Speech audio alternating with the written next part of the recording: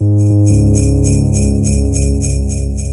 16 of the Radio Free Skaro Fluid Links Advent Calendar. Question from Michelle Lee, TARDIS Blue, 1963. Is this Barrowman, she means John Barrowman, says he's talked to RTD about a movie with 10/Rose.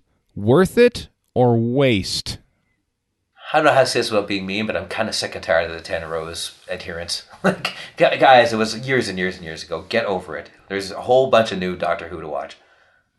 I suppose. Chris, you've evolved. I don't know where you sit now with the 10th Doctor. I know he's not your favorite, but I know you've also he's still pretty much bottom of the list, yeah. Oh, okay. I wasn't sure how... I loathe the 10th Doctor and Rose together. Wow. Okay. Wow. That's not that bad. Oh, wow. Okay. Just the smugness of Series 2 just rubs me the wrong way. Boy, we talked about that in earlier Fluid Links, the smugness. But we also talked about you were trashing RTD back in the day, but you've sort of mellowed on that a lot since then. So that hasn't changed your attitude towards 10 and Rose. No, it hasn't. Wow. No, it's helped me appreciate other aspects of the era. Like, for example, a little while ago when I went to Vancouver and visited Warren and and Michelle Lee, on the flight out, I watched Pompeii, Fires of Pompeii. Fires of Pompeii. It's still my favorite of Series 4, far and away. But just the extra appreciation I got for, and I love Donna, the extra appreciation I had for Donna and Catherine Tate in that story, just kind of put my opinion of her through the roof.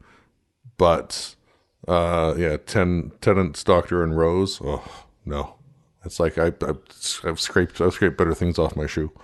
I would never go that negative. I think they're great in the time and context they were there, but I just don't think there's any need to go back to it. We did it with the Day of the Doctor in a clever way, and that's the best way to do it. I mean, I agree. And if this is something that Barrowman is trying to, start, I assume that means Captain Jack is going to have to be a factor in there as well. And Captain Jack, the 9th Doctor and Rose worked really well together. Like, I think amazingly well together. Mm-hmm. I thought, so, I mean, why tinker with a good thing? Like, convince Eccleston to come in there instead of Tennant.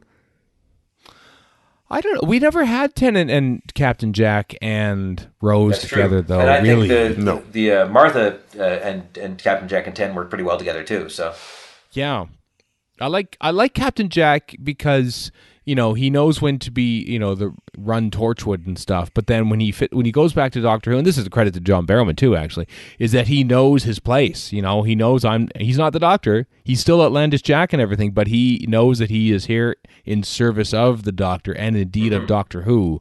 And so I think that he throw him into 10 and Rose, and I think you got like, okay, let's dial back that teenage / 900-year-old Time Lord lust that's going on there a little bit, and have Captain Jack there as sort of a buffer. No, you don't think so?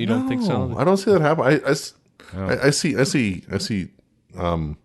Jack almost exacerbating that situation.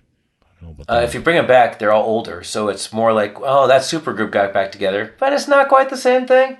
That's true. Yeah, it's like Fleetwood Mac or something. It's like. Well, so they're still Fleetwood Mac and everything, but don't know. I don't know, a movie. Remember when the movie thing was like a big thing, and like that guy from Harry Potter was going to direct it, and then all of a sudden, it was happening. Yeah, and then it just died, went away. So like the idea of a Doctor Who movie is like no longer a thing. We had one. It's called Day of the Doctor. Done. They made it. They made it already. It's been good. Do better than that. Good luck, Hollywood. Yeah. Where would this mythical movie be slotted, like chronology wise? Oh yeah, because you have to think. How old is Billie Piper now? She's in her mid-30s. Like she was like in her early 20s when pretty young when she was on the show. Yeah, that's a long time ago to ask for for someone to say, "Hey, remember that part you played in 2006? Can you play that exact part again?" Remember how many people were convinced she forgot how to do her accent by series 4? Yeah. Let alone now. Yeah, that's right. Yeah, and she had to sort of go back to it. So, like, how do I do this? That's sort of, that is not an uncommon thing. I remember Patrick Troughton, actually, when he was doing Three Doctors, he sort of said, like, how do I do this now? How do I, I've played like 58 different parts since I left Doctor Who 3 years ago. How do I play this character again? It took him a while to sort of like, in rehearsals and stuff, like, what do I do? How do I do this? So, Well, listen to Davison in Big Finish. He's just way crankier. He's basically Peter Davison. He's not the Doctor of that time. Yeah, exactly. Yeah, it's tough to. Which is fine. It's fun to listen to, but it's definitely not the same thing. No, he's a young. He's basically playing him as he probably would want to have played him back in the 1980s.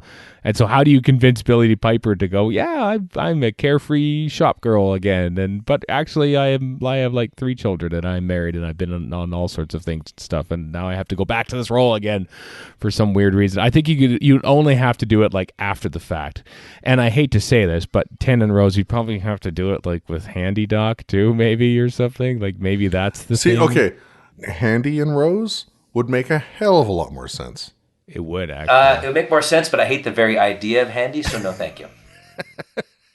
That you have to sort of keep going there. Because, I mean, wasn't there talk of a series or something after Rose's, because there was Rose Tyler, Defender of Earth or whatever?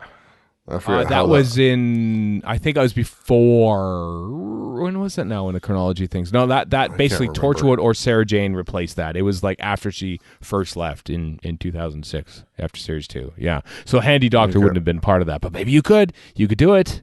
Probably. Maybe. And I'm not the world's biggest Tennant hater. Man, I hate Handy so much. I just hate the idea of Handy. It's weird because he barely talks. He's just like basically, on the beach scene in Journey's End. He's like, I'm here. I'm just a He's guy there now. to look pretty. He is there to look pretty, and he did do that well. I mean, he was given to Rose as a gift to be her boy toy.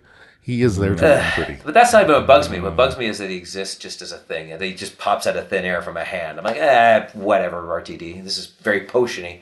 This is I'm glad that. So, just tying back to an earlier Fluid Link where we, Chris said that we're, you're speaking more kindly about RTD. These, I feel like we've kind of dipped back in our a little bit, yeah, here tonight.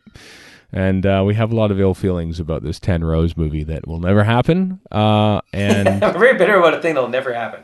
I guess so. A lot of people like them, though. I mean, to a whole generation of fans, like that 10 Rose combo is basically Fourth Doctor Sarah Jane Smith. So yeah, that's fair. You know what? I will not discredit those people of their memories of first watching Doctor Who and falling in love with it. But if you're specifically asking us, you're going to get our opinion. Yeah. That's People are welcome to adore it, just like I'm welcome to hate it.